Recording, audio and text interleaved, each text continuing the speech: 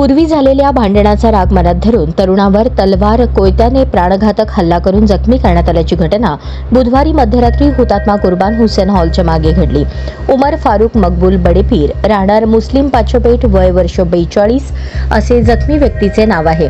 या प्रकरणी जयदत दलाल, उमर मिरजकर, सद्दाम हत्तुरे, सुफियान हत्तुरे, मैनू हत्तुरे, शोएब शेख आणि 2 अनोळखी इसम अशा 8 जणांवर जेलरोड पोलीस ठाण्यात गुन्हा दाखल करण्यात आला आहे.